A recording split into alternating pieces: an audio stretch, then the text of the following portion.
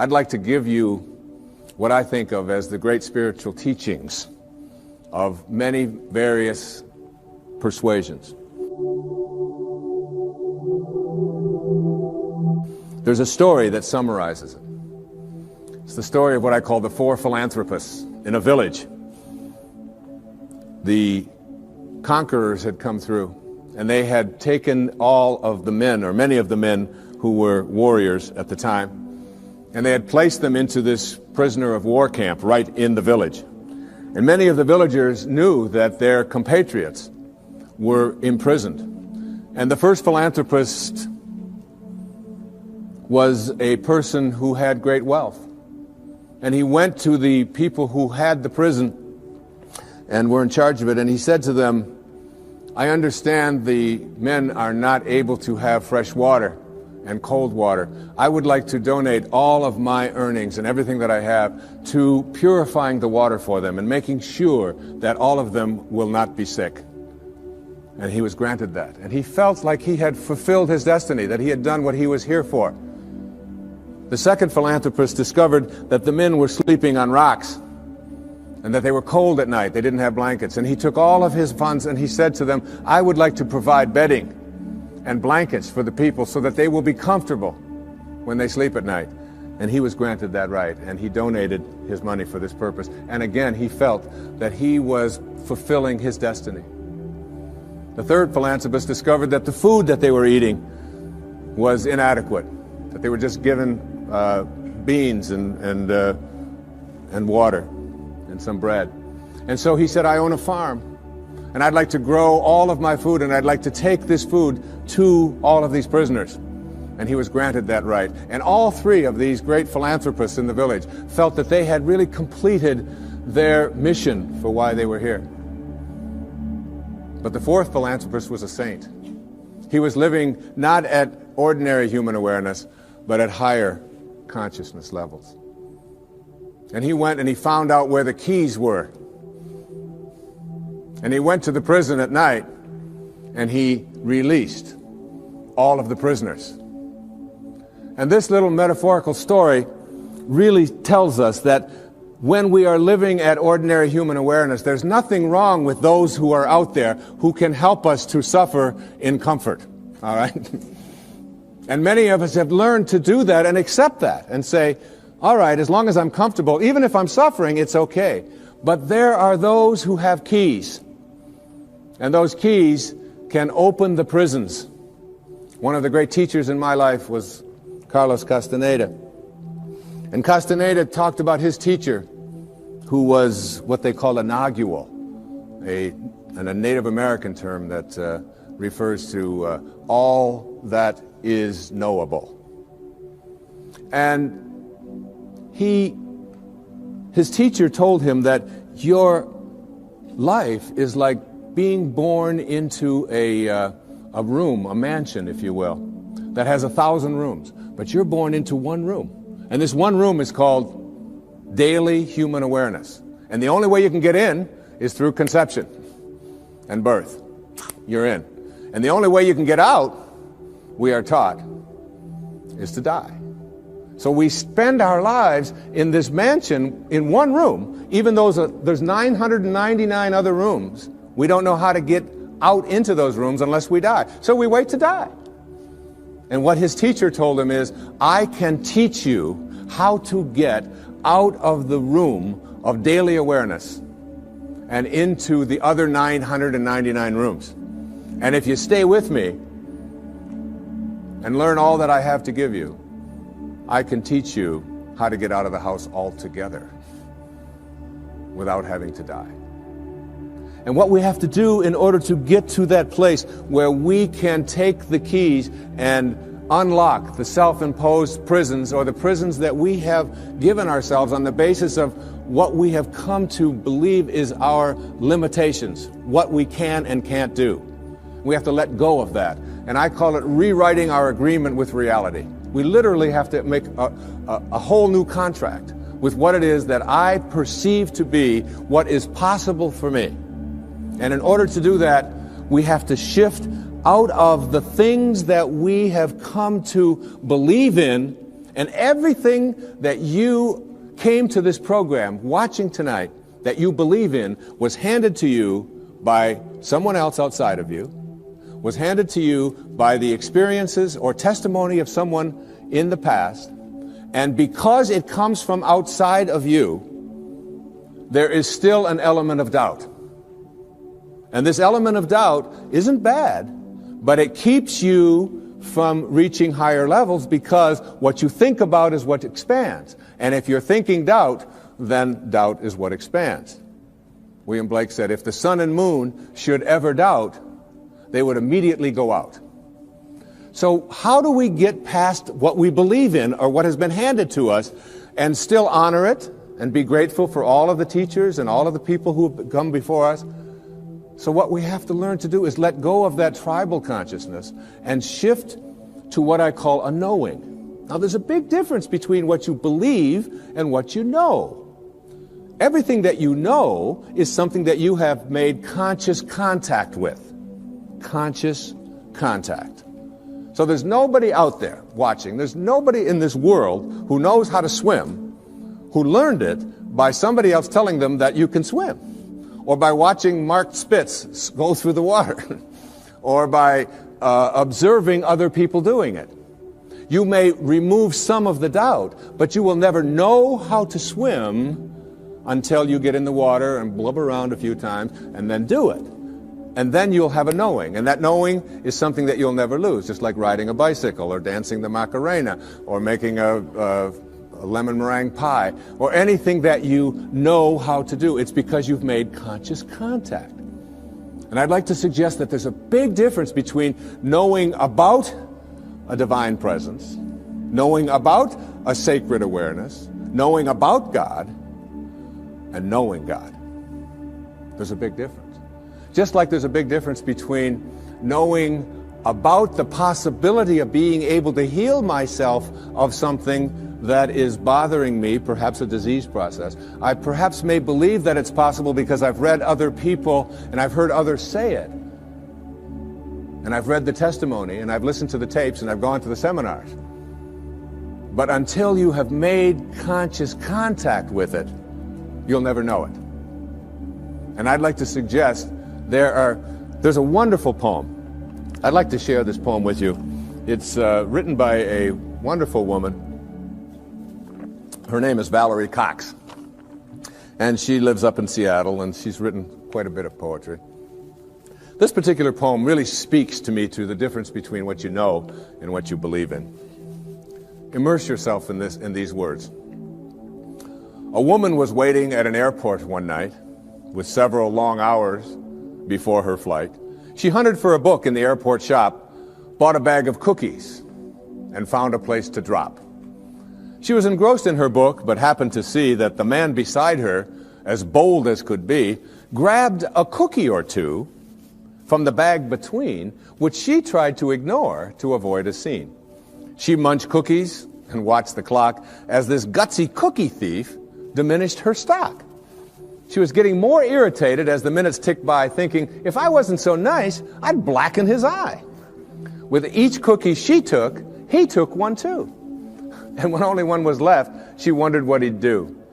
With a smile on his face and a nervous laugh, he took the last cookie and broke it in half.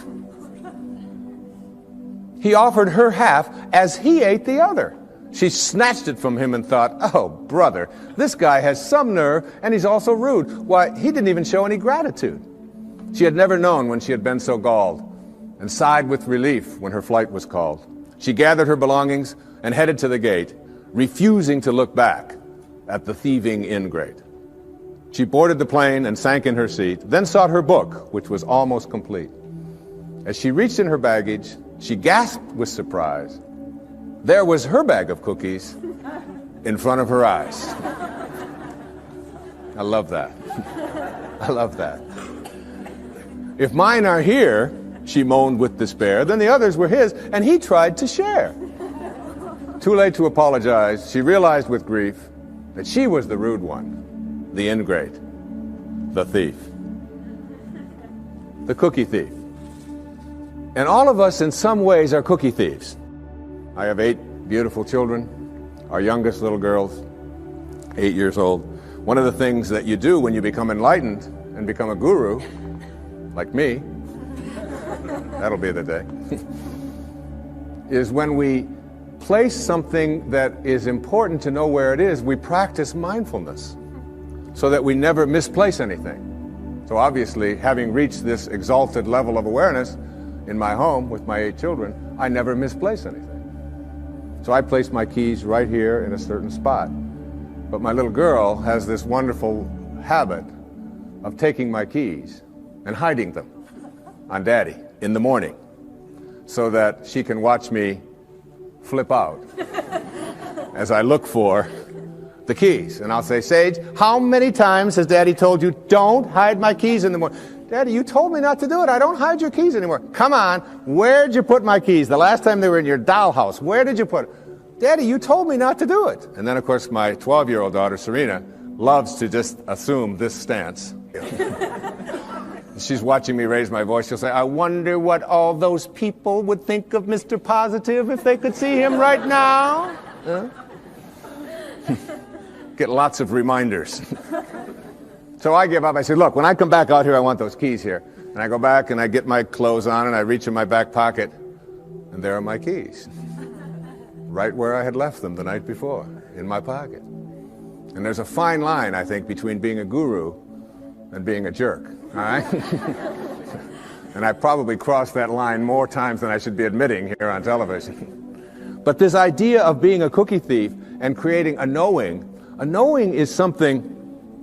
I did a benefit along with my wife a couple of years ago with a man on Maui, whose name is Michael Knopf, who had been injured in an accident. He's a quadriplegic or paraplegic. And at that meeting, when it was over, there was a man who lived on another one of the islands who was known as a kahuna, a healer, an ancient healer from Polynesia.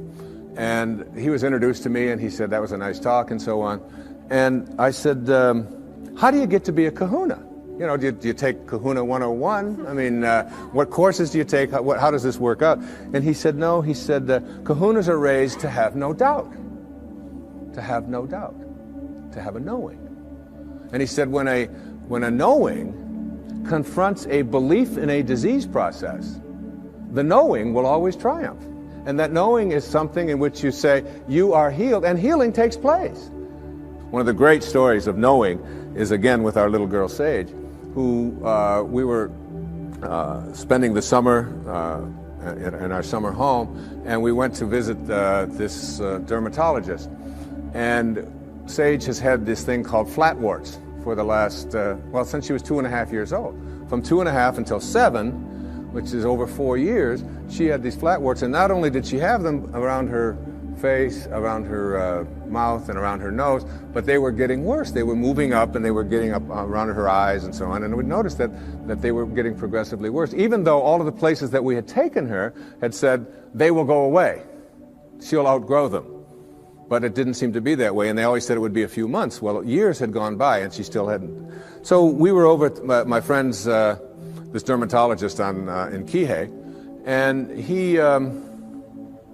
I said, Kenny, as long as we're here, would you mind taking a look at Sage? And my wife was there, and he took this big white light, and he put it in her face, and he said, you've got flatwarts.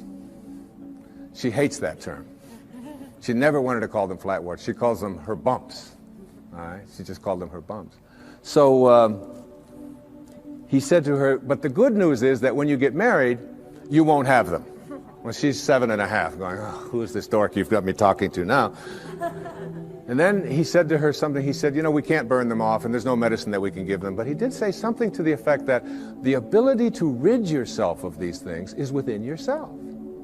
And that if you can call upon that healing capacity in you and begin to talk to these bumps in a way in which you ask them to leave, that you have a much greater chance of getting rid of them faster than anything that I could give you, and we certainly can't burn them off because we might scar your pretty face. And that's basically the message that he gave us. I'm paraphrasing it.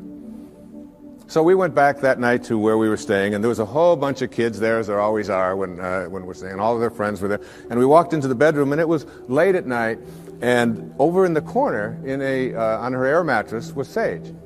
And she had the blankets pulled up over her head, and she had a flashlight underneath the blankets. And I went over and I lifted up the blanket. I said, honey, is everything all right? She said, shh, I'm talking to my bumps. And I left the room and I came into my wife in the other bedroom. I said, honey, you're not going to believe this, but Sage is in there talking to her bumps. Isn't that great? The next night we did the same thing. That was the second night. The third night, the same thing. Now that was on Friday. This happened on Monday. On Friday, as God is my witness, on television, every single one of those bumps was gone and has never reappeared since. A knowing. You see, there is a stream of healing that is something that we can plug into. It's very much like electricity. People say, well, in ancient Greece there was no electricity. There was electricity. We just didn't plug into it. That's all. And there's a stream of healing. And when we go into that stream of healing with a knowing, we go to a higher level within ourselves. And we don't allow any doubt in. Basically, in every single one of us, every human being out there, there are two of us. There's two people.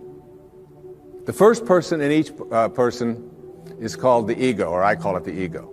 E-G-O. Earth guide only. All right? This is the part of us that says who I am is separate from you, separate from God, separate from my environment, and therefore I'm in competition with, and my value is based upon how much I get, how much my stuff is worth, how much better looking I might be, or how much more attractive I might be, how much more money I might have, the value of my possessions, and so on. What is mine? So it's not mystical awareness which says I am connected. It is that individual lower level of awareness which says my ego. This is mine. Also in each and every one of us there's another person. And this other person is called what I call the sacred self, or the higher self. And this sacred or higher self really doesn't care how much you get. It doesn't care who you're better than. It doesn't care how much stuff you have. It's not interested in any of that. The problem is that we very seldom listen to it. We pay very little attention to it. This higher or sacred part of us wants only one thing. It wants us to be at peace. At peace. Whatever choice you make in every interaction you have, make the choice to be at peace, your sacred or higher self says. Whereas your ego says, oh, no. It's much more important to be right. And so we find people in relationships struggling a lot. And one of the things that they struggle about is who's right and who's wrong. Most of the fights that you have in your relationships really basically, oftentimes you forget the details. But it's basically about who's right and who's wrong. So that if you want to have your higher or your sacred part of you ruling in your life, I suggest this to you. Practice being kind rather than right. When you have the choice, and you have the choice in your relationships with your spouse and your ex-spouse, with your parents, with your grandparents, with your in-laws, with strangers on the freeway, with flight attendants, with waiters, with whomever you interact, if you can just subdue this ego part of you which says, it's important for me to be right, which will introduce you to stress and anxiety and fear and so much of the stuff that I talked about earlier. And instead say, how can I suspend this part of me and allow the part of me that wants to be at peace, that wants to be happy, that wants to be fulfilled. And if I said to you, I'm going to give you a magic wand, and with this magic wand, I am going to allow you to just wave it and get anything that you want. Whatever you want. You can have this, you can have this car, you can have these nice clothes over here, you can have this home, whatever it is. Or I said to you, in lieu of that, I'm going to give you another wand, and you can wave this, and for every moment for the rest of your life, you'll be at peace. Whatever comes along, you'll be able to choose peace. And basically, we know that we're only here for a very short time. And being able to choose peace, which is what the sacred part of you begs you, the higher self. Once you get that, you begin to shift away, and you stop telling yourself that the people who are close to me in relationship with me are the people who don't belong there.